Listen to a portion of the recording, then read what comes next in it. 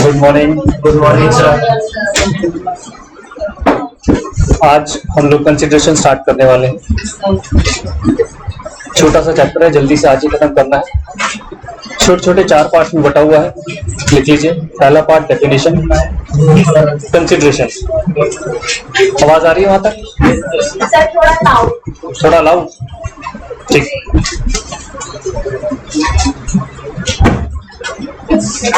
Consideration heading डालिए। हाँ, heading डालिए। कंसिडरेशन एक नया चैप्टर है। क्या था, कौन सा सेक्शन था ये? सेक्शन 2।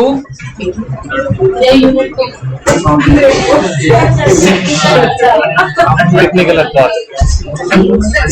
ए से लेकर जे तक बताए गए थे। ए था, बी था एक्सेप्टेंस, सी था,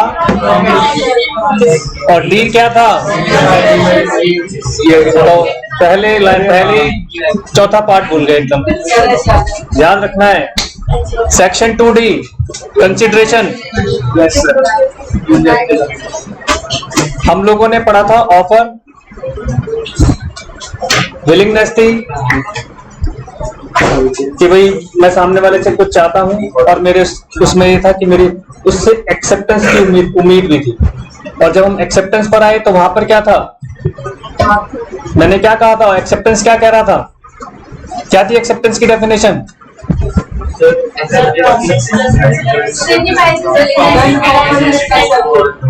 हाँ, जो मेरी एसेंट है वो मुझे डिफाइन करनी है वहां पर। जैसे ही मैंने अपनी एसेंट दी, एक्सेप्टेंस बन गया। एक्सेप्टेंस बनते ही वो प्रॉमिस में कन्वर्ट हो गया। अब क्योंकि हम कॉन्ट्रैक्ट पढ़ रहे हैं तो प्रॉमिस के साथ जैसे ही कंसिडरेशन प्लस होगा तो वो क्या बन जाएगा? एग्रीमेंट। यानी हम कंसिडरेशन की बात कर रहे हैं। कंसिडरेशन अपने आप में क्या था? वेरी एसेंशियल पार्ट था। अगर कंसिडरेशन नहीं है तो उधर एग्रीमेंट नहीं है। ठीक है जी। तो कंसिडरेशन अपने आप में एक एसेंशियल पार्ट है। लेकिन आज हम वो भी पढ़ेंगे कि कहीं अगर कंसिडरेशन नहीं है तो क्या होगा। तो ये 4 पार्ट में डिवाइडेड है। सबसे पहले लिखते हैं डेफिनेशन।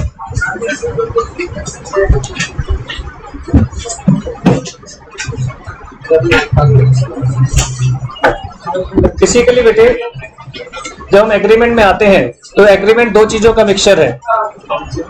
एग्रीमेंट 2 चीजों का मिक्सचर है। Offer and acceptance. जिस ऑफर एंड एक्सेप्टेंस से आए तो थोड़ा सा और उसको हम डिटेल में जाएं तो इसमें क्या है?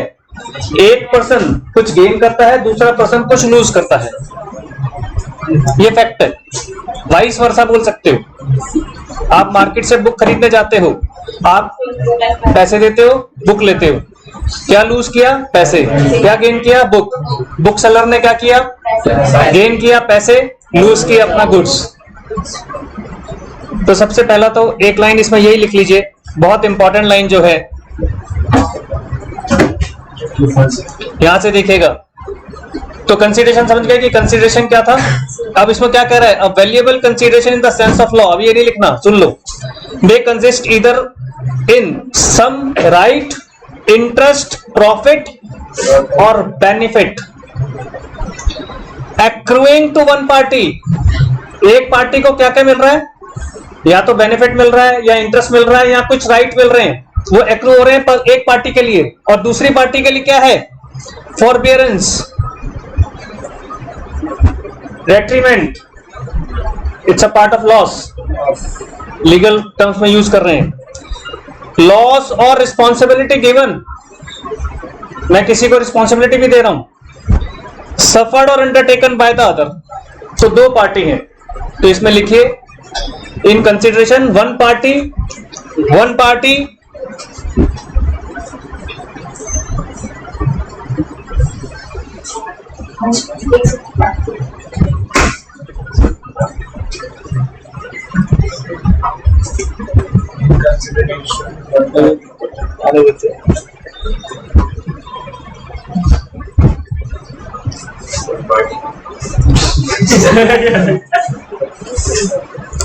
टाइम लगता है। One party gaining some rights oblique interest oblique profit और बेनिफिट। नेक्स्ट लाइन में लिखिएगा, इस लाइन में मत लिखना, ये आपको याद रहेगा कि एक लाइन में ये पॉइंट आया, one party gaining some interest rights profits benefits, कुछ भी गेन कर रही है। नीचे वाली लाइन में लिखना अदर पार्टी लूजिंग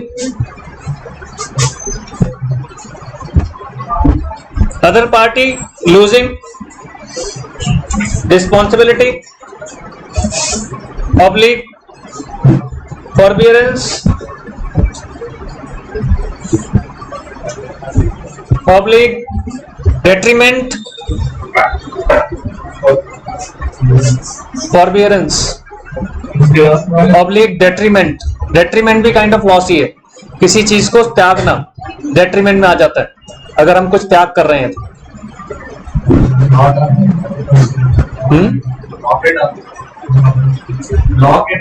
हाँ जी, वैसे भी लेमन में भी यूज हो जाता है, ऐसा नहीं, डेट्रीमेंट एक लॉ वर्ड नहीं है लेकिन थोड़ा सा रिफाइंड हो गया।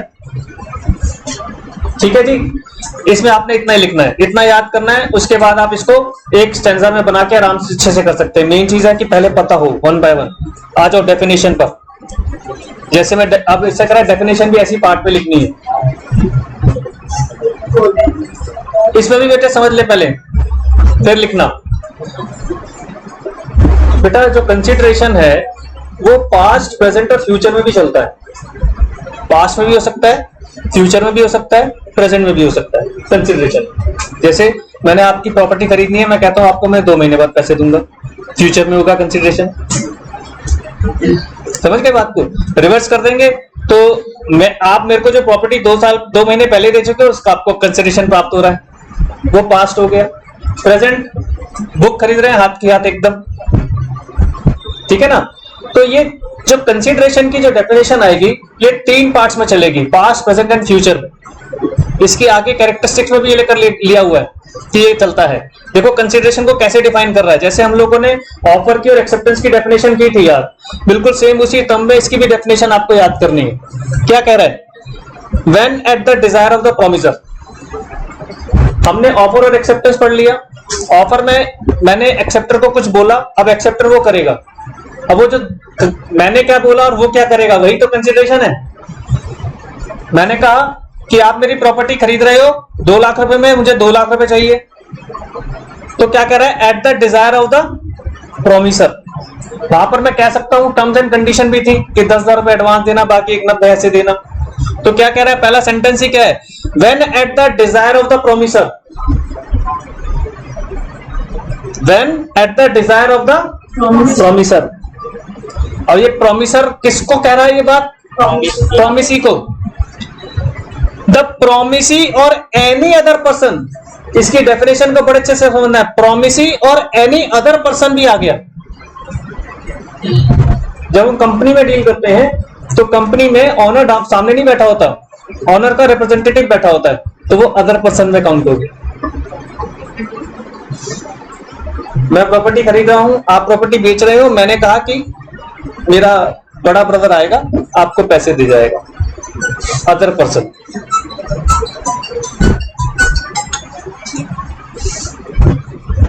अदर पर्सन हो गया, समझ रहे हैं बात को? तो ये बहुत इंपॉर्टेंट है ये लिखना भी। द प्रोमिसी और अदर एनी अदर पर्सन, यहां तक तो हो गया कि 2 पार्टीज। अब इसके बीच का जो स्टेंजा है जो पास्ट प्रेजेंट और फ्यूचर में चलेगा वो ध्यान से समझना क्या लिखा है। हैज डन और abstained from doing. Has done और एब्सटेन्ड फ्रॉम डूइंग एक पार्ट। दूसरा पार्ट और डज और एब्सटेन्स फ्रॉम डूइंग, उतना इंपॉर्टेंट है। तीसरा पार्ट और promise to do और abstain from doing something. Past, present and future तीनों एक साथ चले. पहले उसने क्या कहा? Has done. फिर क्या कह रहा है? Does. फिर क्या कह रहा है? To do. Past, present and future तीनों चीजें समझ में आ गई? ठीक है जी. Has done और दूसरा does, तीसरा to do. इनके साथ क्या क्या वर्ड जुड़ रहा है? क्योंकि एक तो करना है, एक आपको मना करने का भी तो था, रोकने का भी. तो उसकी जगह क्या यूज कर रहा है? देखो, abstained, फिर abstains और तीसरा abstain. सेंटेंस आपके तीनों टेंस आ गए इसके अंदर. समझ रहे हैं? पहला क्या है? abstained, दूसरा abstains, तीसरा abstain. इस सेंटेंस को याद रखना है. ठीक है.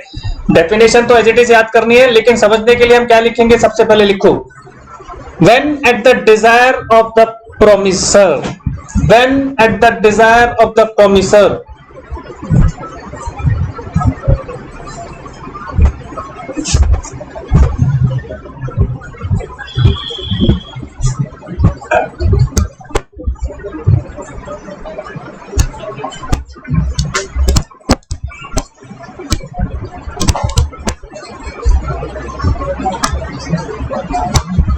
पेपर में लॉ के जो पेपर होते हैं उसमें खुद से बना के लिख सकते हैं ना, बुकिश लैंग्वेज पे रिलाई करना पड़ेगा. हाँ जी. लॉ के पेपर में खुद से भी तो बना के लिख सकते होंगे ना, या फिर उसमें डेफिनेशन नहीं लिख सकते बस. अच्छा.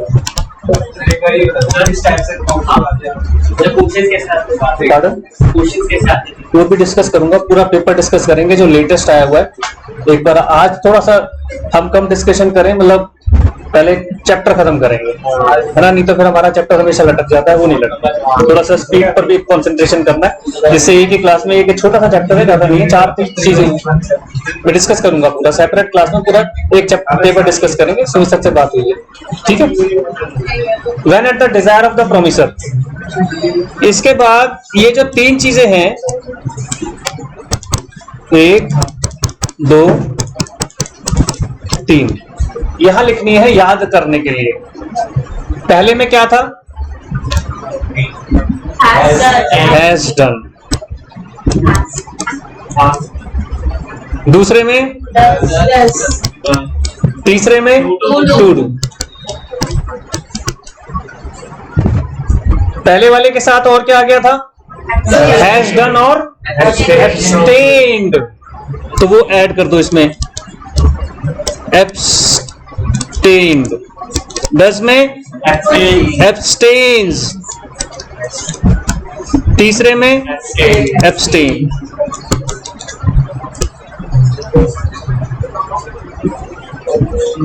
लास्ट वाला हो गया sir. abstain, to do plus abstain. ये याद करने का तरीका है डेफिनेशन को. जब बाइफरकेटेड लिखा होगा तो आपको याद रहेगा कि 3 पार्ट बोले गए थे. Has done, does, to do. Has done के साथ abstain, फिर abstains, फिर abstain. ये किसके साथ कंडीशन रखी गई थी? ये कौन करेगा? Promises. When at the desire of the promiser. तो कौन करेगा? Promises. तो देखो क्या था हमारा? The promisee or any other person. इसके बाद सीधा उस पर आ रहा हूं. Such an act or abstinence or promise is called consideration for the promise. ये जो भी चीज की जा रही है, ये किसके लिए, इसने किसको दी? प्रोमिसी को. तो प्रोमिसी का पार्ट क्या है? The promisee of any other person. तो यहां पर आपने क्या लिखना है जब हम आ गए? When at the desire of the promiser. ये सारी चीजें कौन करेगा? प्रॉमिस करे, प्रोमिसी करेगा. इसमें लिखो, अब आ जाएगा promisee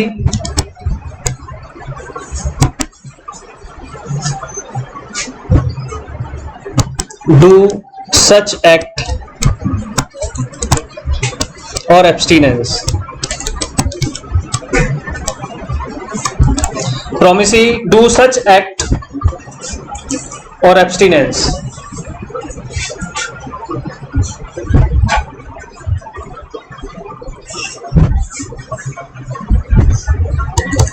is known as consideration।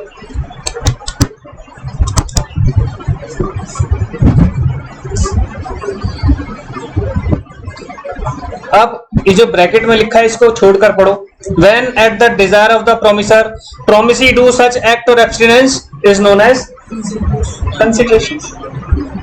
और वो एक्ट क्या हो सकता है? वो एक्ट 3 पार्ट में हो सकता है जी, पास्ट, प्रेजेंट और फ्यूचर।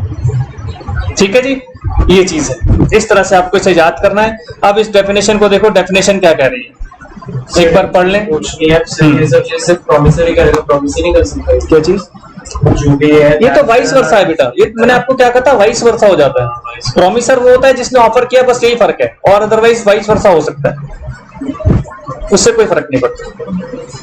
कंसिडरेशन वाइस वर्सा है। मैंने आपकी प्रॉपर्टी खरीदी, आपको कैश दिया, वो आपके लिए कंसिडरेशन है, लेकिन मेरे लिए कंसिडरेशन क्या है? मेरे कैश का प्रॉपर्टी। तो कंसिडरेशन तो दोनों तरफ से एक ही चीज, ऑब्लिगेशन। बिल्कुल ठीक। ठीक है जी, अब आ जाओ, इसी को नीचे लिखो, एनालिसिस। इसका अब एनालिसिस करेंगे। छोटे छोटे से पॉइंट है, इनको एनालिसिस कर रहे हैं। एनालिसिस क्या है? पहला point, consideration is an act. ज्यादा नहीं करेंगे, लिखते जाएंगे, मैं आपको समझा रहा हूं। Consideration is an act. और वो कैपिटल वाला है? नहीं, एसीटी, स्मॉल वाला। कैपिटल वाला तो एक्ट हो गया, मैं कह रहा हूं एक्शन है, ये एक्ट है तो उसमें स्मॉल ही आएगा। कंसिडरेशन इज एन एक्ट, ये तो हमें क्लियर है। ये तो कंसिडरेशन क्या है? एक एक्ट ही तो है जो आपको बोला जा रहा है कि ये करना है। अगर हम पढ़ें तो क्या कह रहा है एग्जाम्पल में, देखो, Ajay guarantees Bhuvan for payment of price of goods which Bhuvan wanted to sell on 1 month credit to Chaitanya. मैंने 1 महीने का क्रेडिट में उसको कुछ सामान बेचा, तो चैतन्य प्रॉमिस कर रहा है I will pay you after 1 month। तो क्या है ये? कंसिडरेशन ही तो है, फ्यूचर में देगा, तो इट्स एन एक्ट। ठीक है, सेकंड लिखो, कंसिडरेशन इज एब्स्टिनेंस। जहां वो एक एक्ट था कि कुछ करना है, एब्स्टिनेंस भी तो था कि कुछ नहीं करना। कंसिडरेशन कुछ करना हो सकता है, तो कंसिडरेशन साथ में कुछ नहीं करना भी हो सकता है, फॉरबियरेंस जिसे कहते हैं।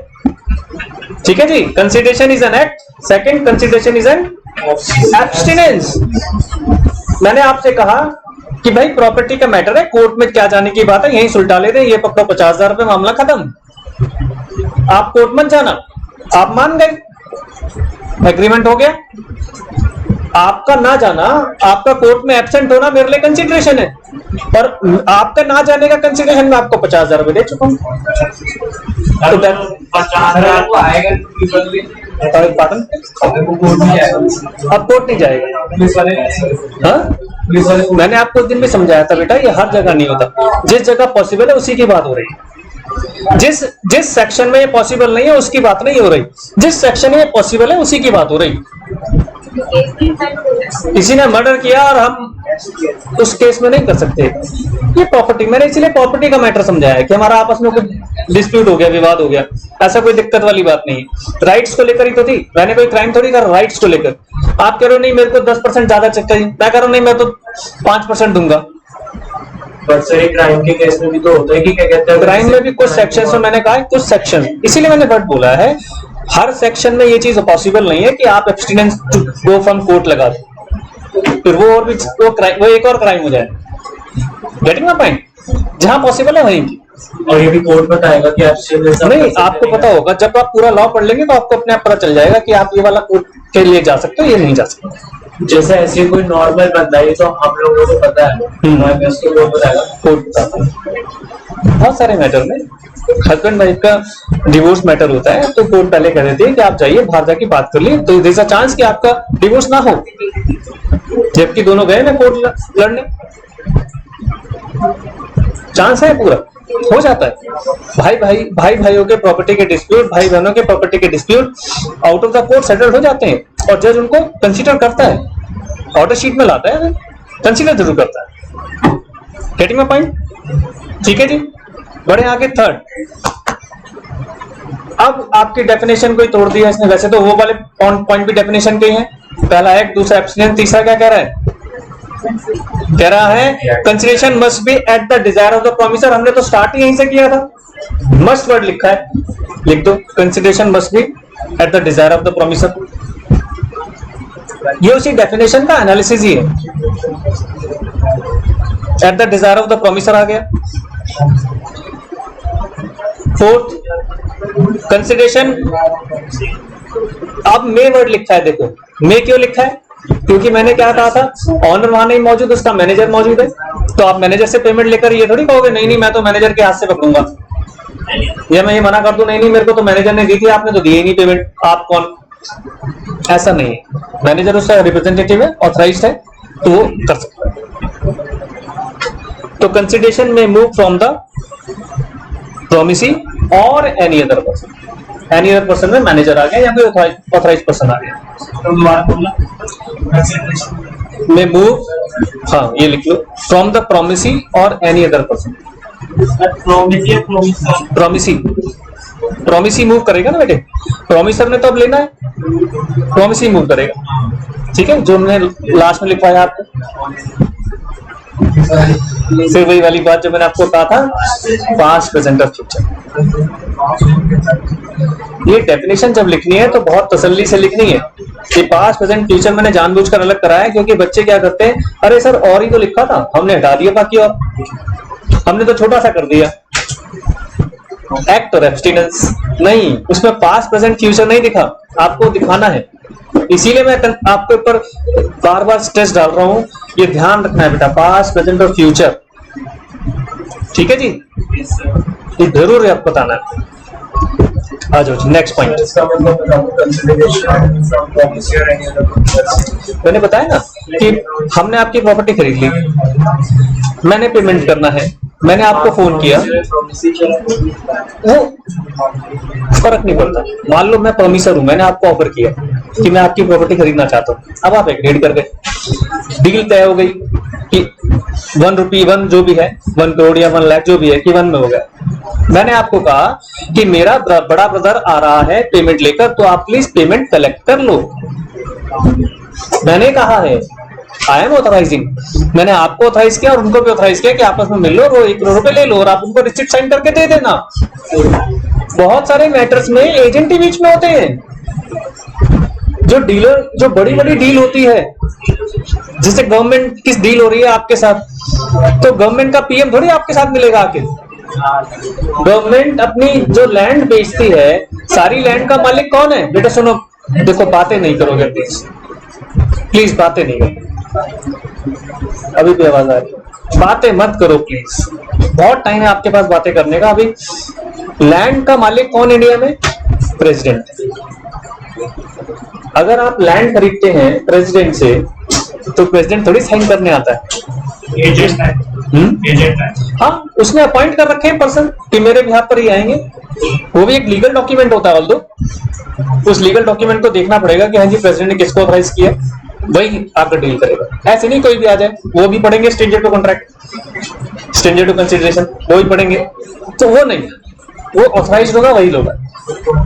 आप जब भी किसी मोबाइल की शॉप में जाते हो, आपने जाते कभी किसी से पूछा थोड़ी है कि who is the owner? You never ask about the owner. जो भी सामने दिखता है उसी पर्सन को आप मान लेते हो कि उसका एजेंट है। जब आगे हम पढ़ेंगे एजेंसी के रूल्स में, बिजनेस में ये सब चीजें मेंशन है कि जब शॉप के अंदर कोई खड़ा है तो आप मानते हो कि ये उसका ऑनर का एजेंट है, ये ऑनर को रिप्रेजेंट कर रहा है, तभी तो आप उससे डील कर लेते हो।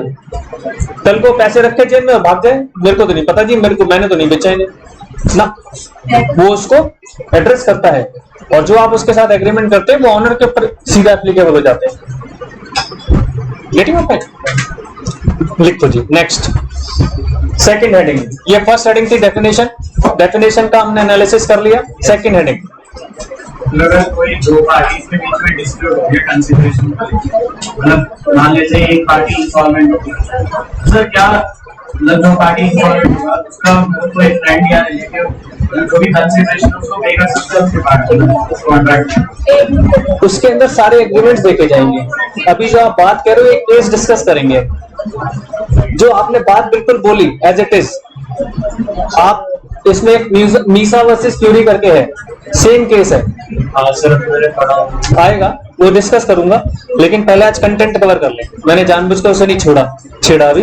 जो आप कह रहे हो बिल्कुल ठीक बात, बिल्कुल सही, वो मीसा वर्सेस क्यूरी में पढ़ेंगे जो आप, लेकिन उसके अंदर फिर बात वही है कि एग्रीमेंट्स किस तरीके के, ये बहुत मैटर करते हैं। अब कोई भी नहीं आ जाएगा ना कि कोई भी आकर दे दे जी मैं देने को तैयार हूं पेमेंट, तो जिसको पेमेंट लेनी है वो तो लेने को हमेशा तैयार है, उसको क्या फर्क पड़ रहा है। लेकिन पता तो चले कि क्या है, तरीका क्या है। आपने पेमेंट ले ली, कल को वो शू कर दे कि पेमेंट मैंने किया, चीज मेरी हुई, चीज मेरी हुई, उसको कैसे दे दी। कई चीजें हैं, बड़ा ध्यान देना पड़ता है। जैसे प्रॉपर्टी खरीदते हैं आप, सिंपल बताता हूँ, प्रॉपर्टी खरीदने में ये कहा जाता है कि जो खरीद रहा है उसी के अकाउंट से पेमेंट कराओ। क्यों? क्यों? कभी कुछ लीगल केस हुआ तो उसमें प्रूफ होता है ना किसी ने। हाँ, क्योंकि कल को कोर्ट पहुंचा मैटर तो बता तो दोगे आप, सर मैंने पेमेंट की है। अब पता चला पेमेंट किसी XYZ से करवाई है, और ये नहीं पूछे को पैसे कहां से आए, वो अलग इशू है, उस पर नहीं जाएंगे। टैक्स वो चीजें, हाँ वो टैक्स वैक्स की प्रोसेस में आ गए। बात ये हो गई कि आप ये पूछो कि अगर थर्ड पार्टी ने दे दी तो कैसे करेंगे, तो मैं थर्ड पार्टी के साथ एग्रीमेंट दिखाऊंगा। मुझे दिखाना पड़ेगा कि मैंने उनसे लोन लिया था, तो उन्होंने लोन जो है डायरेक्ट यहाँ ट्रांसफर कर दिया, तो मैं एक एग्रीमेंट साइन कर लूंगा कि मैंने लोन लिया है। क्योंकि कोई अगर मेरे बिहाफ पर पेमेंट कर रहा है तो मुझसे वापस तो मांगेगा, और कल को मैं जब उसे रिटर्न कर रहा हूं तो एविडेंस क्या बनेगा, पैसे उसको दिए, रिटर्न मैं कर रहा हूं। तो उस कॉम्प्लिकेशन को खत्म करने के लिए ये कहा जाता है कि I am transferring amount in your account, आप पेमेंट कर दो, तो सीधा सीधा बन गया, घुमावदार नहीं रहा। अदरवाइज अकाउंट्स में तो आप जानते ही हो ट्रांजैक्शन थोड़ी सी घुमाई जाएगी, लेकिन प्रूफ तो हो ही जाएगा। ठीक है, लीगल रूल्स रिगार्डिंग कंसिडरेशन, ये हेडिंग है, सेकंड हेडिंग। अब ये सेकंड पार्ट, 4 पार्ट में ये चैप्टर खत्म हो जाएगा, इसलिए पहला कंसंट्रेशन आज क्या है, लीगल रूल्स रिगार्डिंग कंसिडरेशन। आई टेस्ट करा ले बेटा, आई टेस्ट करा ले, मैं कह रहा हूं। या तो चश्मा लगा हुआ है या लगाना लगने वाला है, माइंड मत करना, तो हम 4 आंख वाले समझ जाते हैं आंखों के एक्सप्रेशन से कि आई साइट पर असर आ रहा है, और इसमें कोई बुराई नहीं है यार। देखो बेटा, ये भी हमारे उसी से मिलता जुलता है, क्योंकि है तो डेफिनेशन का ही पार्ट ना। लीगल रूल्स की बात क्या हो गई, जो लीगलिटी कहीं स्टैंड कर दे। क्या कह रहा है, पहला part, must move at the desire of the promisor, लिख दीजिए लीगल रूल्स में पहला पार्ट मस्ट, ऊपर भी मस्ट ही लिखा था हमने, यहां पर भी must move at the desire of the promisor, must move at the desire of the promisor. अपनी मर्जी से नहीं। एक केस हमने लास्ट पढ़ा था, उसने कहा जी 2 लाख रुपए में पसंद है, अभी पकड़ो 50, 200 था, 200 पाउंड था, अभी 50 दे रहा हूं और बाकी 50 3 इंस्टॉलमेंट में दूंगा। वो किसकी डिजायर चली गई वहां पर, प्रोमिसी की। तो उसने प्रोमिसर की डिजायर पूरी नहीं की, तो इसलिए वो क्या हुआ था, वो एग्रीमेंट कैंसिल हो गया था, वाइड हो गया था वो। याद है ना चीजें, लिख के ऐसे लिंक्स बनते चले जाएंगे, ये ध्यान रखने। कई एग्जाम्पल कई जगह फिट होते हैं, एक एग्जाम्पल कई जगह फिट हो जाता है। ठीक है, कंसिडरेशन मस्ट बी ऑफर्ड, मैं पढ़ रहा हूं, इसको लिखने की जरूरत नहीं क्योंकि यहीं पर क्लियर है। Consideration must be offered by the promisee और third party at the desire और रिक्वेस्ट ऑफ द प्रोमिसर। यही बात है, एक ही सेंटेंस में सब यही बात बोल रहा है, उसको एक्सप्लेन कर दिया कि जो भी कंसिडरेशन दिया जाएगा प्रोमिसी के द्वारा या प्रोमिसी के द्वारा ऑथराइज जो पर्सन है, जिसको अदर पर्सन कह रहे हैं, will be paid eight the desire of the promisor. ठीक है, this implies return element of consideration. Obviously consideration तो है in return, something in return. Consideration जब हमने स्टार्ट किया था तो हमने बताया होगा समथिंग इन रिटर्न। अच्छा, कंसिडरेशन के ब्रैकेट में एक वर्ड और लिख लो, शायद वो तब नहीं बताया था, या बताया हो तो, क्विड प्रो को बताया था क्या, वो जरूर लिख लेना, क्विड QUID कंसिडरेशन के ब्रैकेट में। बेटा कंसिडरेशन हेडिंग जहां डाली थी, जहां हेडिंग डाली थी कंसिडरेशन में, उसी के ब्रैकेट में लिख लो क्विड प्रो को, QUO, क्विड लैटिन फ्रेज है ये, लैटिन क्विड प्रो को, ऐसे बहुत सारे लैटिन वर्ड्स यूज किए गए हैं हमारे कॉन्स्टिट्यूशन में, और उनको जगह जगह जहां जहां आएंगे, जहां जहां जरूरत है बताते हैं। प्रो भी साथ में QUO, हाँ जी, क्विड प्रो को, दोनों अलग अलग, तीनों अलग अलग है स्पेस के साथ।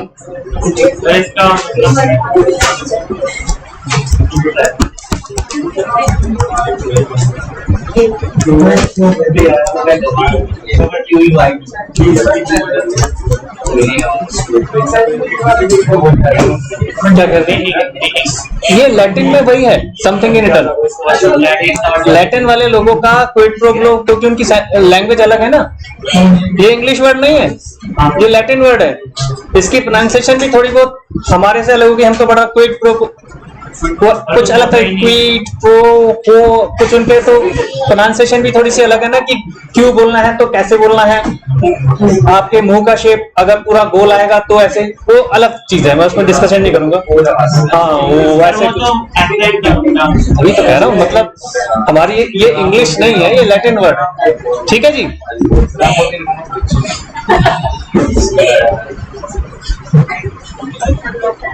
तो ये चीज क्लियर है आपको, ठीक है।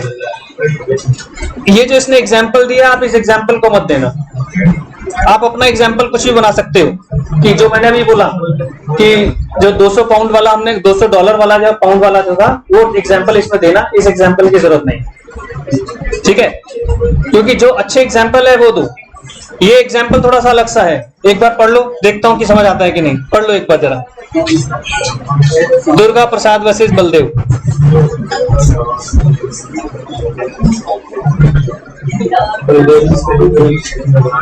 वो है बेटा कुछ जगहों पर होती है, उड़िया वगैरह जाओगे तो उड़िया में चले जाओगे तो ऐसे होता है।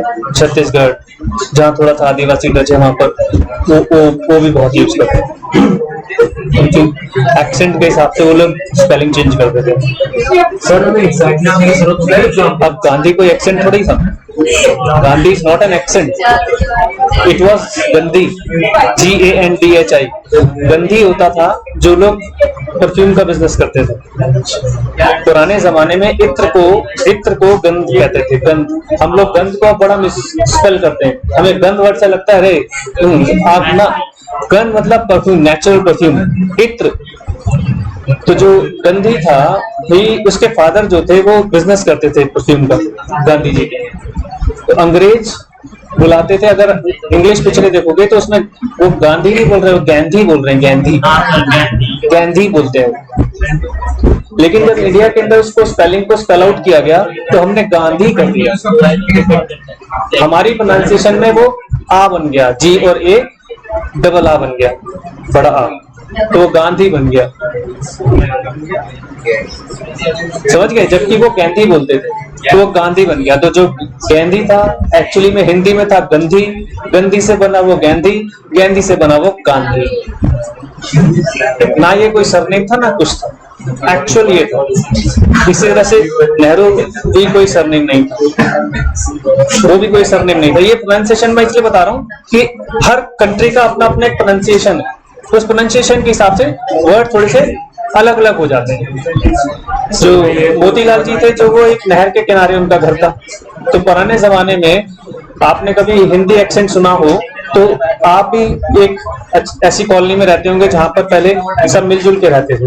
अब थोड़ा सा एडवांसमेंट हो गई है, अब घर जो है फ्लैट्स में कन्वर्ट हो गए हैं, और फ्लैट्स में भी इतनी मुसीबत है कि ऊपर नीचे कौन रह रहा है यही नहीं पता होता, आमने सामने कौन रह रहा है पहले ये नहीं पता होता था। और जबकि पुराने जमाने में, पुराना जमाना मतलब आज से 30-35 साल पहले जब हम बच्चे थे तो पहले ये होता था, रिश्तेदार अगर मेरे घर आ रहा है तो उससे पहले मेरे सारे पड़ोसियों को पता होता था, और पता चला वो चाय पी के भी आ गया किसी और के घर। हाँ हाँ, हाथ पकड़ के, अरे बाद में जाना उनके घर, पहले आ जाओ, चलो जी चाय पियो। आजकल तो अपने रिश्तेदार के भी आ गए, अब तो अपने रिश्तेदार लॉक कर दे, कह दियो कि नहीं है, चेंज हो गया थोड़ा सा। सर मैं पूछ रहा था एग्जांपल, जो ऐसे लिखने की जरूरत नहीं है, अपनी मर्जी से कुछ बंदे हाँ बिल्कुल बिल्कुल, तभी मैंने अभी कहा ये जो एग्जाम्पल है, अभी आप इसको मत पढ़, आप, मैं जो 200 पाउंड वाला जो एग्जाम्पल आपको दे रहा हूँ, द बेस्ट एग्जाम्पल है, आपको वही याद, ठीक है जी। हाँ जी, क्या हुआ? सर वो मतलब समझाऊंगा अभी नहीं, लास्ट में एंड में। जिसको मैं मना कर रहा हूँ समझो ना, उसकी जरूरत नहीं है। आप इसे काटा लगा सकते हो आप। हाँ जी, मेरा मेन एम क्या है कि आपको जो एग्जाम्पल देना है वो ऐसा होना जो बिल्कुल फिट एंड फाइन हो। ये आपको कंफ्यूज और करेगा। ये वाला जो एग्जाम्पल इन्होंने दिया है ये कंफ्यूज कर रहा है यहाँ पर। मैं इसलिए नहीं चाहता, और कोई रीजन नहीं है। समझाऊंगा जरूर, अभी के लिए मना कर रहा हूँ। कुछ चीजें क्या होता है जब आपको समझ में आ जाती है तो वो पिछला पार्ट आपको बड़ी जल्दी समझ में आता है। उस वक्त नहीं समझ में आएगा लेकिन आगे बढ़ जाओगे। अब आपने 12th पास आउट कर ली और 12th के कुछ ऐसे टॉपिक जरूर रहे होंगे जो कभी आपको कंफ्यूज कर रहे होंगे। अब आज पढ़ोगे आपको क्या ये कंफ्यूज कर रहा था, इतना सा आसान सा। इसलिए अभी थोड़ी देर के लिए छोड़ दो, समझाएंगे जरूर। सेकंड लिख लीजिए, मूव फ्रॉम, हाँ एक लाइन, मूव फ्रॉम प्रोमिसी और एनी अदर पर्सन। ये ऊपर वाला सेम आ गया, एनालिसिस वाला पार्ट आ गया, तो इसी एनालिसिस को ही एक्सप्लेन कर रहे हैं।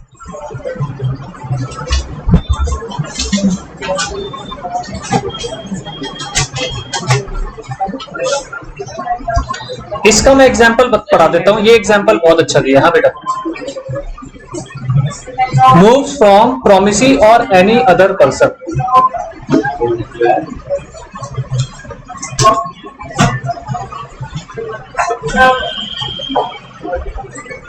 इसका एग्जाम्पल देखते हैं, एग्जाम्पल से समझ आएगा बेटा। An old lady made a gift to her property to her daughter. ये एग्जाम्पल बिल्कुल फिट है। एक ओल्ड लेडी ने अपनी डॉटर को गिफ्ट कर दी अपनी प्रॉपर्टी। वो तो ऑब्वियसली मिलनी थी उसको, लेकिन उन्होंने पहले एक गिफ्ट डीड बनाई। प्रॉपर्टी बेटे गिफ्ट डीड से ट्रांसफर होती है। डेथ होने के बाद तरीका अलग हो जाता है ट्रांसफर होने का। अपने सामने रहते गिफ्ट डीड से वो ऑनरशिप ट्रांसफर हो जाती है। डिफरेंस है, ठीक है जी। विद डायरेक्शन, उसने डायरेक्शन क्या रखी वो देखिए, to pay a certain sum of money to the maternal uncle by way of annuity. Annuity तो समझते ही होंगे आप, एक फिक्स अमाउंट ऑफ इंस्टॉलमेंट आप जब रेगुलरली बैंक में जमा कराते हो किसी को देते हो उसे एन्युटी कहते हैं।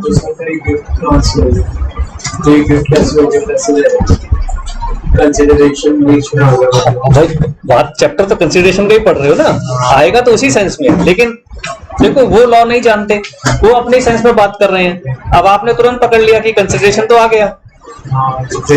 अब देखो क्या कह रहा है बेटा, सुनो। मदर ने कहा कि मैं अपनी प्रॉपर्टी आपको गिफ्ट कर रही हूँ, लेकिन आपको बदले में जो हमारे मैटरनल अंकल है यानी मामा हुआ उसका, आपने उनको एक रेगुलर एन्युटी पे करना है हर महीने ऑन द सेम डे। नहीं नहीं नहीं नहीं, एन्युटी मंथली भी होता है, ईयरली भी होता है, हाफ ईयरली भी होता है। Annuity means regularly fixed interval के साथ दिया जाता है। मैटरनल अंकल को किस पे करना है उनकी मर्जी, वो उसने लिखवाया है। मैटरनल की जगह कोई और भी हो सकता है, मतलब पे करना है। हाँ कोई भी हो सकता है, लेकिन अभी हम ये भी चीज आगे पढ़ेंगे। बात रिलेशंस की आ रही है। प्रॉपर्टीज लगाया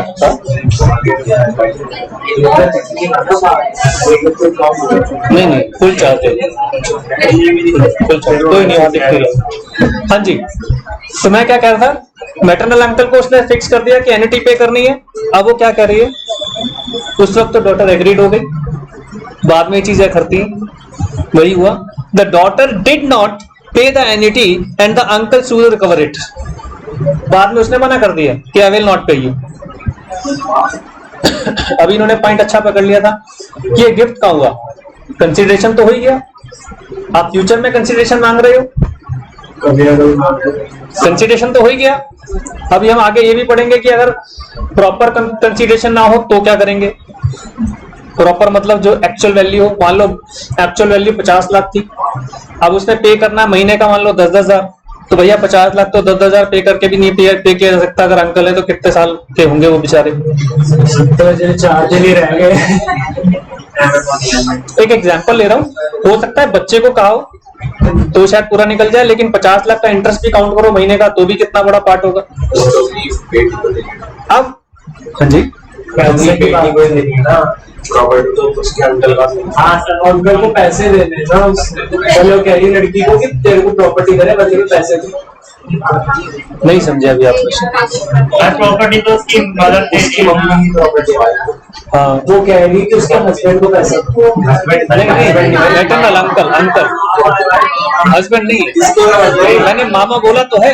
अच्छा, फिर मैंने नहीं शायद मैंने मामा बोला तो है। मैटरनल अंकल मतलब मामा हो गए ना, मैटरनल तो वही होते हैं, पैटर्नल की साइड चाचा था वो हो गए। मामा की साइड मतलब मम्मी के जो ब्रदर हुए उनको दे दिया ना। मैटरनल अंकल बोल रही है, अब वो कोई भी हो सकता है। मैटरनल का मतलब है मदर की साइड का, कोई भी हो सकता है। नहीं देखो बेटा, गलत सही पर नहीं चलना आपने। जब भी एग्रीमेंट, एक बार एग्रीमेंट बन जाता है और वो रजिस्टर्ड अगर हो गया तो आप कुछ नहीं कर सकते। इसमें आप ये नहीं कह सकते जी नहीं नहीं हम क्यों दें। अब वही हुआ कि जैसा आप सोच रहे हैं वैसा उस लड़की ने सोच लिया कि मैं क्यों दूं। बात सारी वही आ गई। यहां पर क्या हुआ, आज एक चीज और भी डिस्कस करेंगे।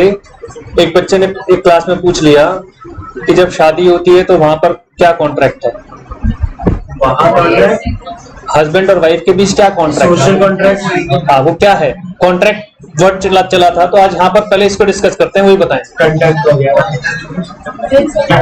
क्या हुआ।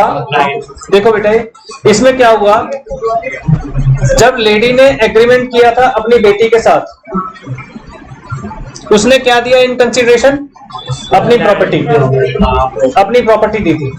और उसने अपनी बेटी से कंसिडरेशन क्या मांगा, एन्युटी पे करने के लिए, एन्युटी पे करना मैटरनल अंकल को। अब अगर वो कंसिडरेशन पे नहीं करेगी तो क्या हो गया, एसेंशियल एलिमेंट खत्म हो गया।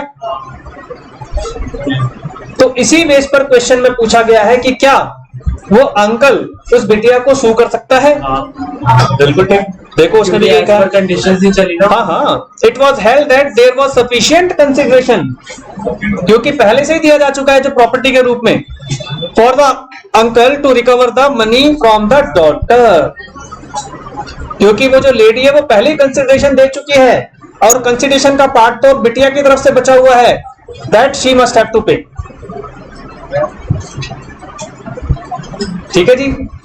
यहां पर क्या था, कंसिडरेशन दिया किसने था, लेडी ने, ओल्ड लेडी ने। किसको, बेटी को। किस बदले में कि पेमेंट कहां जानी है, अंकल। आगे ना अदर पर्सन। अब जो बिटिया की तरफ से जो कंसिडरेशन जाना है वो किसकी तरफ जाना है, अंकल के पास जाना है, अदर पर्सन आ गया। तो कॉन्ट्रैक्ट माना गया किस किस के बीच हो गया, अंकल और बिटिया के बीच, और कंसिडरेशन पे किया था ओल्ड लेडी। सर समझ नहीं आ रहा है किसके फेवर में आ गया। ये अंकल के फेवर में आ गया। अंकल ने सू किया कि मेरी एन्युटी देनी बंद कर दी इन्होंने। कोर्ट के पास मैटर पहुंचा, कोर्ट ने पूछा कि दिखाओ एग्रीमेंट क्या हुआ था। एग्रीमेंट दिखा दिया जी, सब पर साइन थे, सब कुछ था कि ये तो रजिस्टर्ड है बच्चे, आप पेमेंट क्यों नहीं कर रही हो, आपको पेमेंट करनी पड़ेगी। पेमेंट नहीं करोगे तो कॉन्ट्रैक्ट कैंसिल हो जाएगा, आपके हाथ से प्रॉपर्टी चली जाएगी।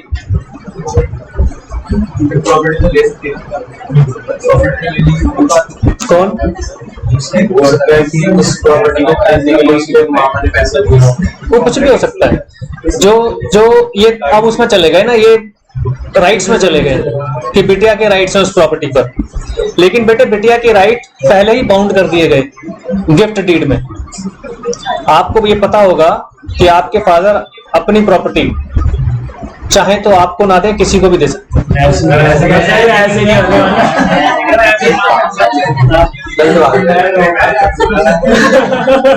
तो इसीलिए बी केयरफुल।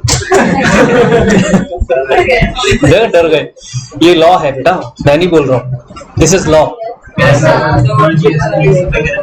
वो अपने फादर की प्रॉपर्टी को आपको देने से मना कर सकते हैं, बट अपनी प्रॉपर्टी को आप जबरदस्ती उनसे छीन नहीं सकते, ले नहीं सकते।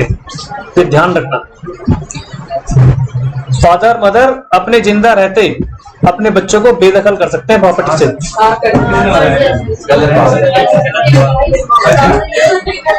कितना गलत लग रहा है बताओ। ये नहीं सोचना कि ऐसी नौबती ना आए। और क्या है, ऐसी नौबती क्यों आए। थर्ड लिखो, executed and executory consideration. Executed and executory consideration, executed and executory, हमने एक बार पहले भी ये वर्ड पढ़ा हुआ है ना। एग्जीक्यूटेड क्या था, जो ऑलरेडी कंप्लीट हो चुका है, एग्जीक्यूटरी जो स्टिल पेंडिंग है। एग्जीक्यूटेड हो सकता है दोनों ने कर दिया, एग्जीक्यूटरी में हो सकता है एक ने करा और एक ने ना करा, बायलैटरल और यूनिलैटरल, बिल्कुल ठीक। ये अच्छी बात है, रिवाइज करते रहो बेटा रेगुलर। आप अपने लिए तो पढ़ेंगे, कोई किसी के लिए नहीं पढ़ेगा, ध्यान रखना अपने लिए पढ़ोगे।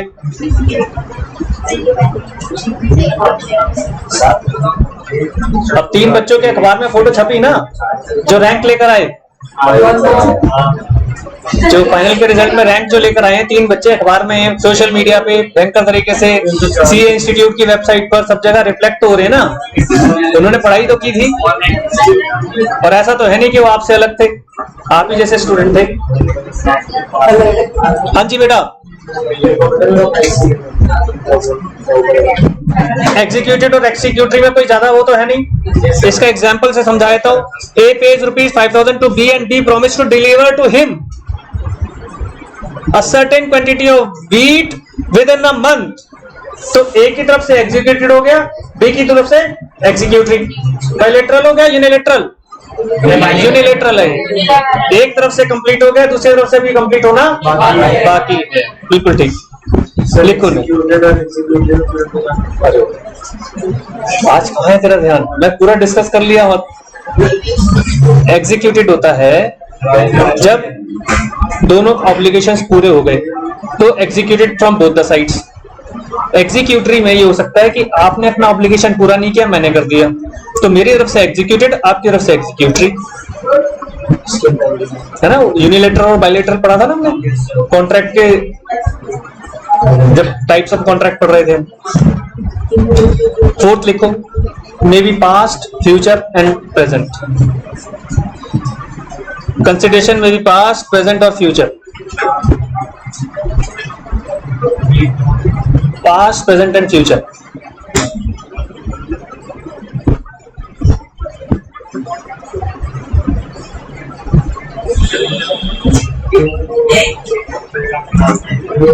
जैसे सर इसमें तो एल्फाबेट नहीं आता, थोड़ा जो पीछे से।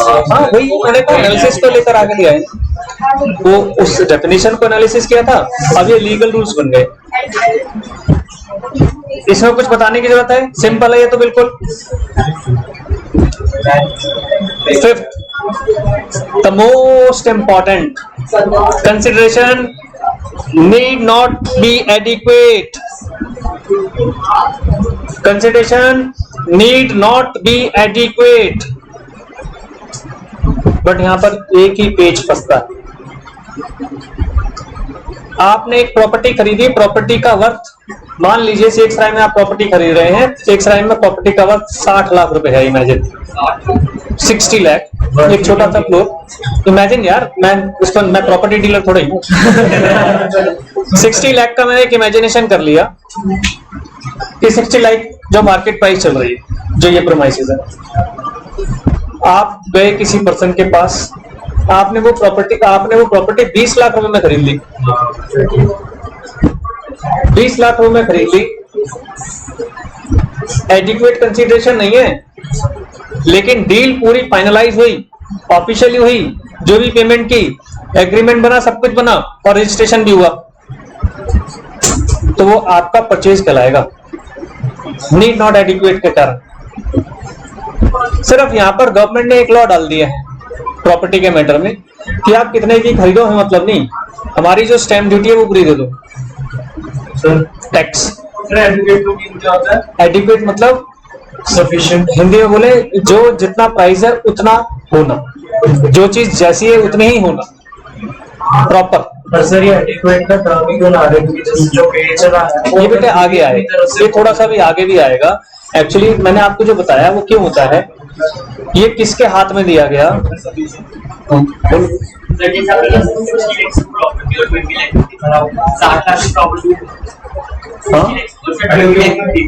खड़े होके बोल रही है बेटा नहीं आ रही ना आवाज, आप मेरे पास भी नहीं आ रही सच में। सर वो 20 लाख सर जो टैक्स से भी ऑफिस वो बहुत सारा कौन सा टैक्स कह रहे हो, तभी तो कह रहा हूं, अगर आपने 20 में खरीदी है तो टैक्स 20 पर दोगे। लेकिन गवर्नमेंट ने एक रूल बना दिया, सुन तो लो, वो पूरी बात सुनो, कि गवर्नमेंट ने एक रूल बना दिया, आप जितने मर्जी की खरीदो, मतलब नहीं, हमारा एक सर्कल रेट है, ये प्रॉपर्टी का सर्कल रेट 30 लाख है, तो आपको टैक्स 30 लाख पर देना। आप चाहे जितने मर्जी की खरीदो, आप चाहे 10 की खरीदो, चाहे 30 की खरीदो, लेकिन 30 से ऊपर की खरीदोगे तो टैक्स उस पर देना पड़ेगा। ये जो फ्लैट की जो प्राइस होती है सर, इन्हें कंट्रोल कौन करता है? ये गवर्नमेंट कंट्रोल करती है, जैसे यहाँ पर सर ये सर अननेसेसरी टेंशन से जाएगा। हाँ आ रहा है ना, टेंशन तो बता रहा हूँ। अब आपने 20 लाख में प्रॉपर्टी खरीद ली, वो बंदा पीछे पीछे कोर्ट पहुंच गया, के साथ गन पॉइंट पे साइन कराए थे। मैं आ रहा हूँ ना, अभी तो बता रहा हूँ, सुनो पूरी बताऊंगा। ये टेंशन है, मैंने क्यों कहा मोस्ट इंपॉर्टेंट, इसी में कहा, बाकी में नहीं कहा, बाकी तो डेफिनेशन के साथ चल रहे थे। इसीलिए है कि अगर उसने कह दिया सर मेरी तो कंसेंट फ्री नहीं थी, अगर कंसेंट फ्री नहीं है तो क्या ये एग्रीमेंट बन पाएगा? एसेंशियल एलिमेंट मिसिंग हो गया। ये मैटर तब फंसता है। हालांकि फ्री कंसेंट तो कहीं भी हो सकता है, लेकिन ये फिर भी ज्यादा होता है कि इतना कम प्राइस कैसे है। मेरी आंटी ने मुझे बेसमेंट दिया, लोएस्ट उसमें दिया था उन्होंने प्राइस पर, एसडीएम ने मुझे बुला लिया, बैठो इतने सस्ते में बेसमेंट खरीद नहीं सकते आप। मैंने कहा जी बुला लो, मेरी आंटी है, उसमें क्या करूं मैं। मैंने पेमेंट किया बाई चेक। पहले टाइम पर सर्कल रेट फिक्स नहीं थे, तो वो ऐसे ही बुलाते थे। अब सर्कल रेट फिक्स हो गए, अब वो ये देखते हैं, हाँ भाई इस प्रॉपर्टी का सर्कल रेट कितना है जी, 30 लाख। कितने में बेची सर? 30 लाख में। तो ठीक है, 30 लाख से नीचे बेची तो अब 30 लाख से नीचे बेची तो पूछेंगे स्टैंप ड्यूटी किस पे दी? सर 30 लाख पे। ठीक है, मुझे कोई मतलब। एक बार के लिए बुला के वो पूछ सकता है एसडीएम चुपचाप से सेलर को, सब ठीक है, उसको अगर डाउट हो गया। बट वैसे वो ऑब्जेक्शन नहीं लगाए। ये मैं एग्जांपल्स बता रहा हूं, ये जरूरी नहीं है कि मेरे साथ हुआ है। अब मैं अपने ऊपर लेकर एग्जांपल बताऊंगा तो आपको जल्दी समझ में आएगा, या आपके ऊपर लेकर एग्जांपल बताऊंगा तो जल्दी समझ आएगा ना। ये होता है, और कोई बात नहीं। तो इसने क्या कहा है, it may be noted in this context that explanation 2 of section 25 states that an agreement to which the consent of the promisor is freely given is not void merely because the consideration is inadequate। Consent पर इसने focus कर दिया, बस वो ध्यान रखना, ठीक है जी। तो कंसिडरेशन नीड नॉट एडिक्वेट चलेगा। एग्जाम्पल जो मैंने कहा वही सेट है बिल्कुल, इसने भी वही कहा है, अपनी मर्जी से कुछ भी फिक्स कर लो आप। इसने बोला है कि एक्स ने प्रॉमिस किया to sell his house of worth ₹6 lakh और ₹1 लाख, जिसकी 6 लाख प्राइस थी, कितने में बेच दिया? 1 लाख। कोई इशू नहीं भाई, अगर दो पार्टी आपस में एग्रीड है तो क्या दिक्कत है? कोई दिक्कत नहीं, बस लीगली बाइडेबल होना चाहिए। हाँ जी, नेक्स्ट लिखो, performance of what one is legally bound to perform.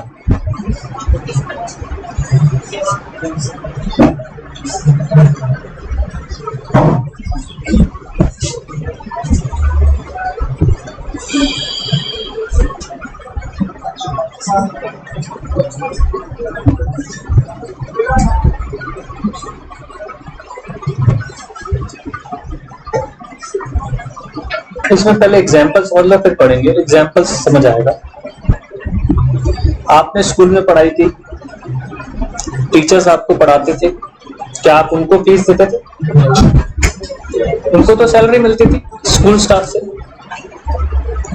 आपने अपने टीचर को प्रॉमिस किया कि सर अगर मेरे 100 में से 100 आए, मेरे पापा ने कहा है he will pay you 1 lakh rupees.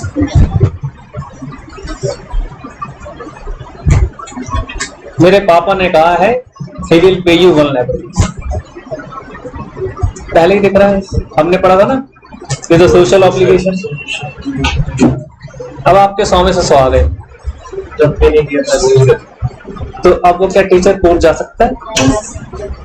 अब इस लाइन को पढ़ो, performance of what one is legally bound to perform. वो लीगली बाउंड टू परफॉर्म किस चीज के लिए है? To teach you. जिस चीज के लिए वो लीगली बाउंड है उसके बदले में वो आपसे कुछ नहीं मांग सकते। क्या कभी किसी ने कोई केस किया कि सर इसने कहा था कि ये मुझे 1 लाख रुपए रिश्वत देगा, आज इसका काम हो गया तो मुझे 1 लाख रुपए रिश्वत नहीं दे रहा? कभी किसी ने कहा आज तक? सर पहले गिरफ्तार हो जाएगा ना?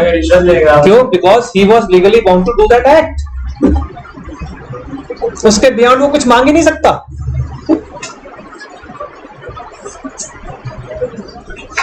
थोड़ा सा और सिंप्लीफाई कर देते हैं, बिल्कुल आसान।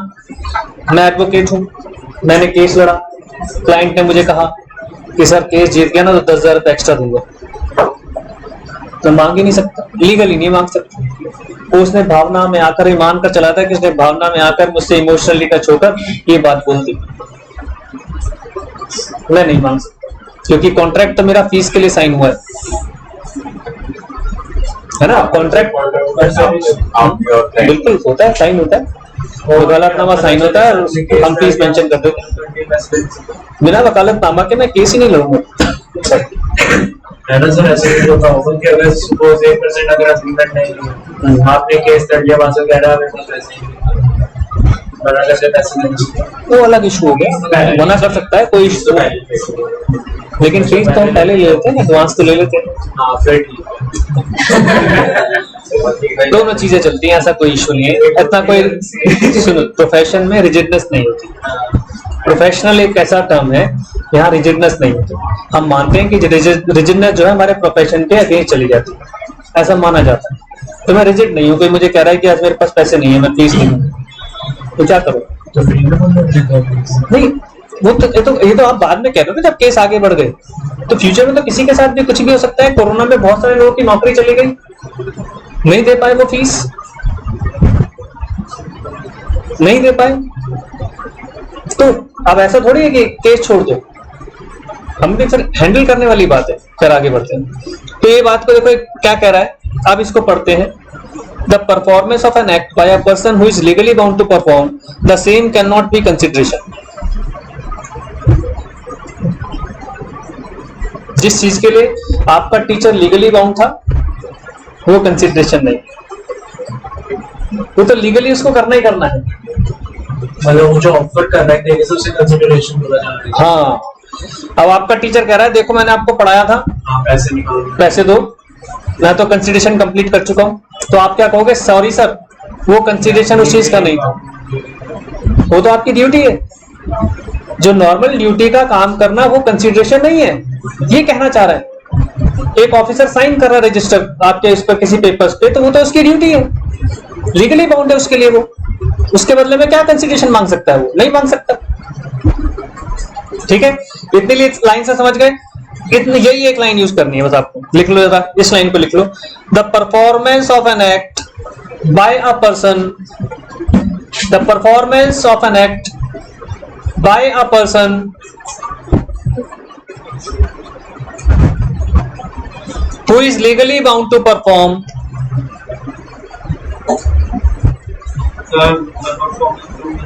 the performance of an act by a person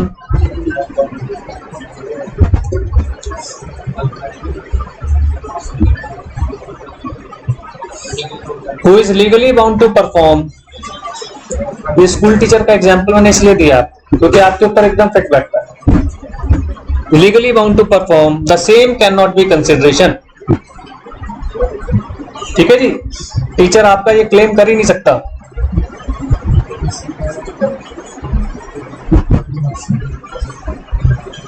वो वाला मत लिखना, रिश्वत वाला।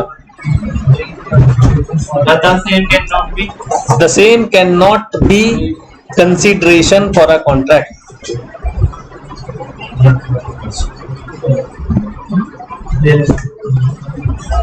कितने हो गए जी?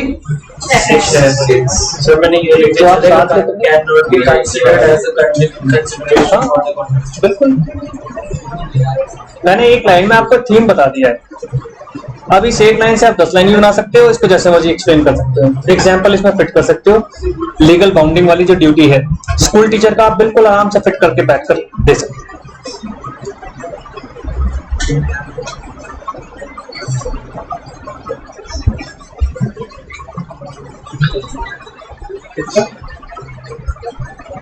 देखो एक आ रहा है, एक अच्छा आ रहा है, ये लाइन पढ़ लीजिए, बट वेयर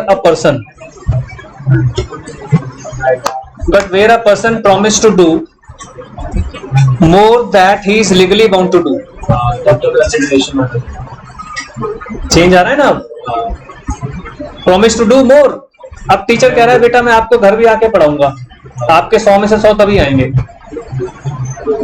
तब भी वो बोल रहे नहीं आपका काम तो घर आके पढ़ाना तो उसकी ड्यूटी नहीं है ना।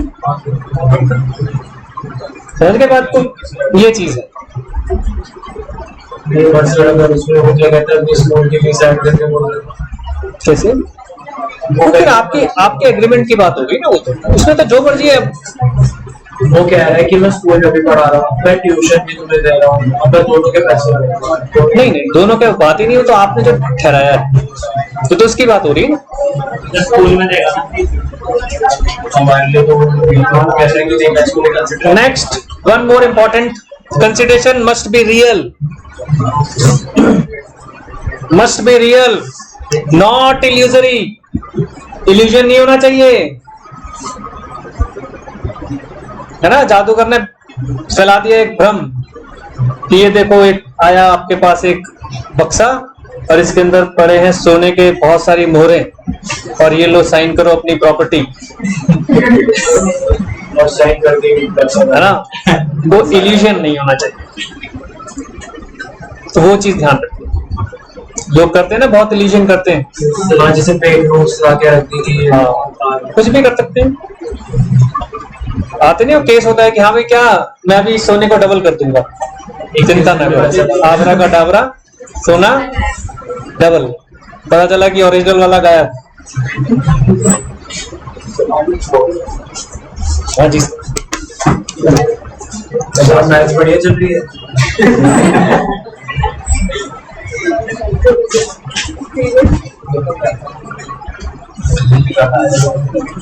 हाँ जी बेटा, इसका एग्जाम्पल देखो, वही मैजिक ही है। A man promise to discover treasure by magic. हुआ था, अगर आपने कभी न्यूज पर ध्यान दिया हो, आज से कुछ साल पहले एक इंसान ने खुदाई करवा दी कि मुझे सपने में आया है यहाँ पर सोने का भंडार है। ये रियल में हुआ है, और रोज क्लेम पे क्लेम करे, रोज क्लेम पे क्लेम करे, खोदो खोदो। अब थोड़ी कौन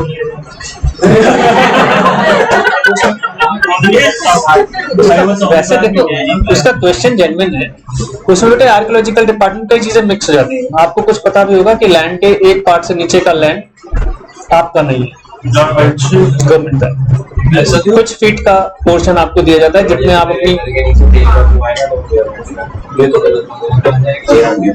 पैसे नहीं, इस पर नहीं जाएंगे।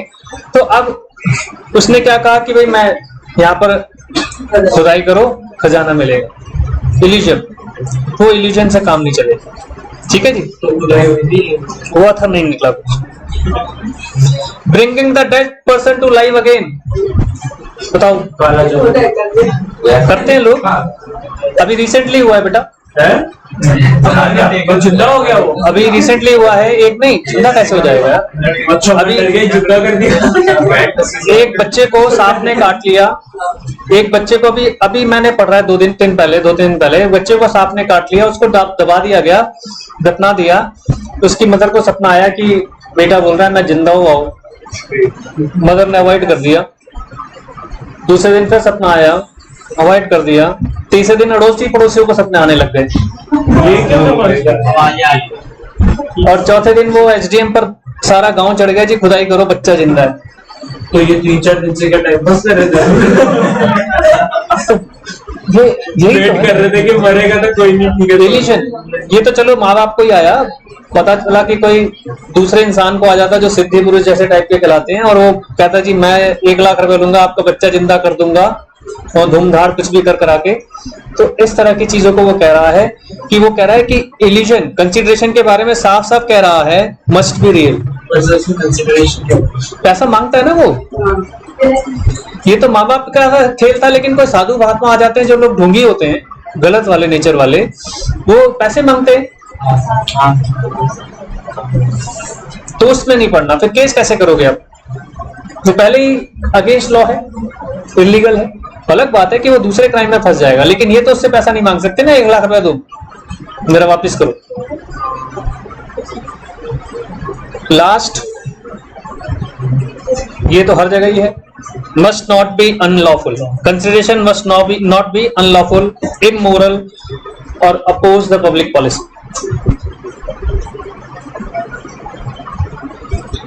जो मैंने अभी रिश्वत वाली बात कही, यहाँ पर आप सभ्य तरीके से एक एग्जाम्पल लिख सकते हैं कि किसी ने आपको ऑफर किया, इसमें एग्जाम्पल भी दिया है। ऑफर किया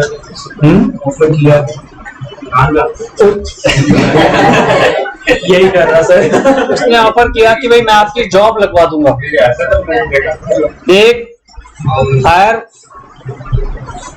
पब्लिक ऑफिशियल आपको ऑफर कर रहा है कि बेटा मैं इस पोस्ट पर हूं और मैं तेरी ये वाली जॉब लगवा दूंगा, लेकिन इतना खर्चा करना पड़ेगा। तो ये क्या हुआ? अगेंस्ट पब्लिक पॉलिसी हो गया कि मतलब अनफेयर मीन्स तो हो ही गया। ऐसे तो फिर हर कोई कंपटीशन की तैयारी नहीं करेगा ना, सब 1 लाख की तैयारी करेंगे 10 लाख की तैयारी करेंगे, या जो 1 करोड़ जो भी बोला जाएगा, पढ़ाई की तैयारी कोई नहीं करेगा। तो पब्लिक पॉलिसी के अगेंस्ट चला गया, मैसेज गलत चला गया लोगों को। पर सर ये होता है ना बहुत ज्यादा। थर्ड पार्ट, ये कॉन्सेप्ट क्लियर?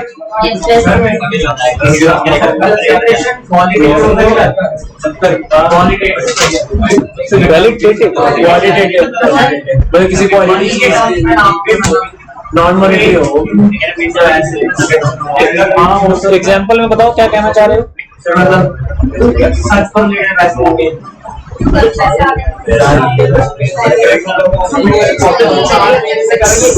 मतलब आप सच बोलो तो पैसे दिए जाएंगे?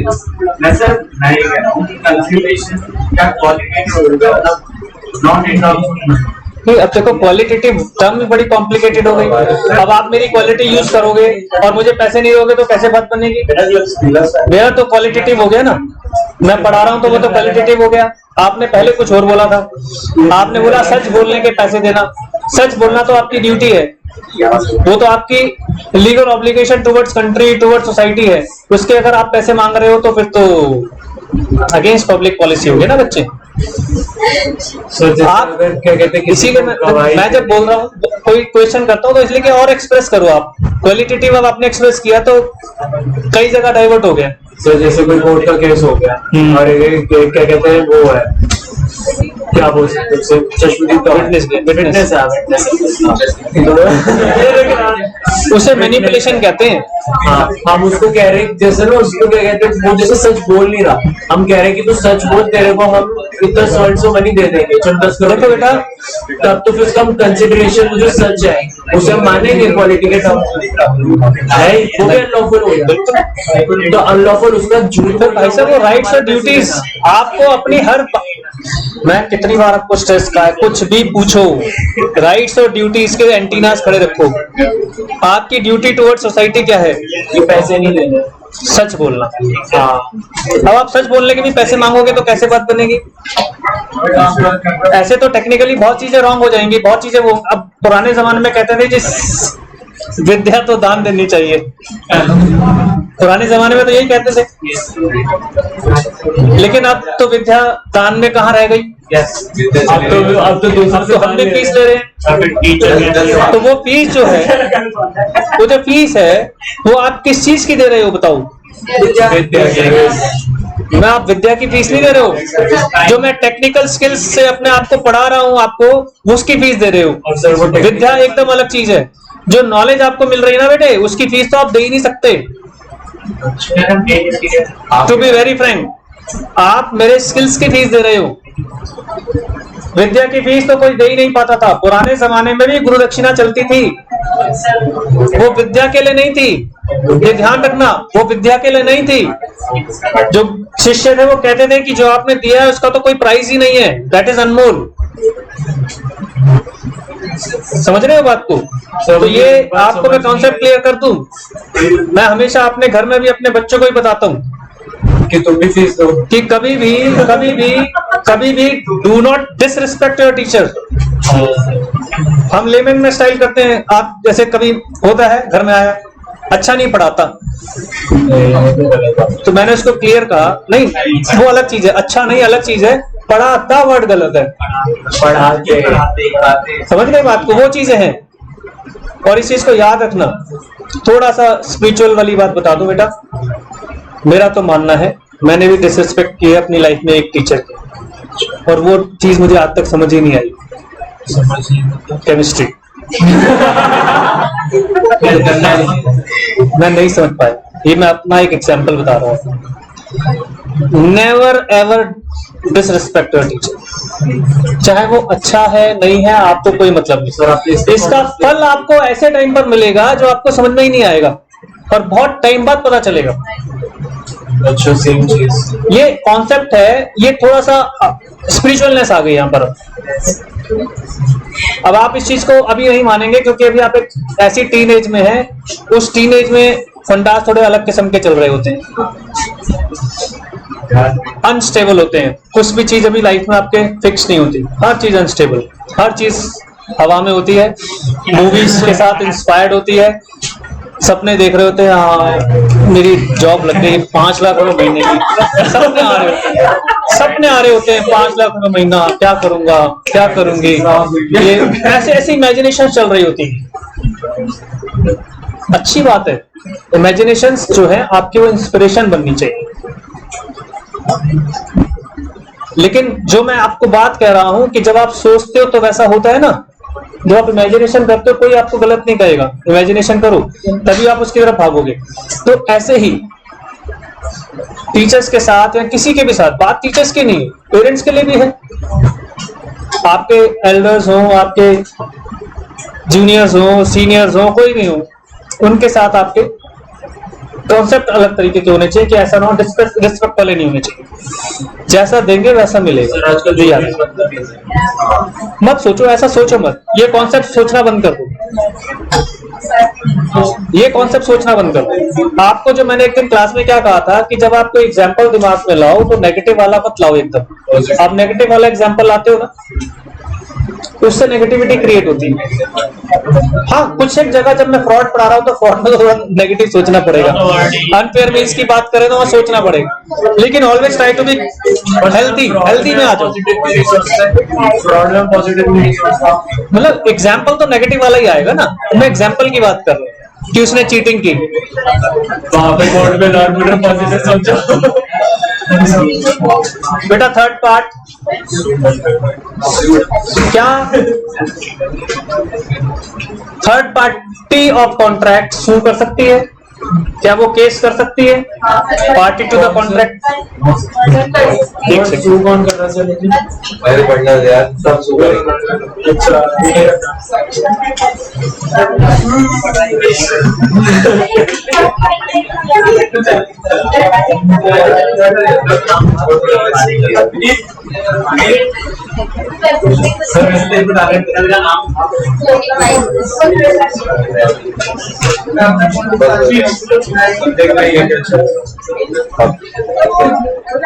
और क्या कर रहे थे आप सर? थर्ड पार्टी क्या बात कर रहे थे, मतलब कि वो सू कर सकते थे? हाँ, अगर उसे लीगली बाउंड किया बीच में तब तो कर सकते हैं। अब हम यही पढ़े,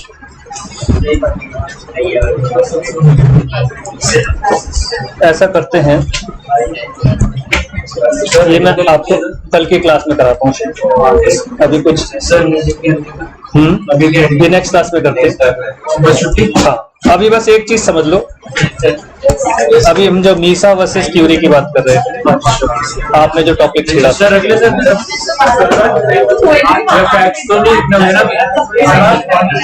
फैक्ट्स तो नहीं लिखना ना, चलो फिर वो भी अगली क्लास में करा देंगे, उसके फैक्ट्स सब लिखना। Thank you. चाय पे सर?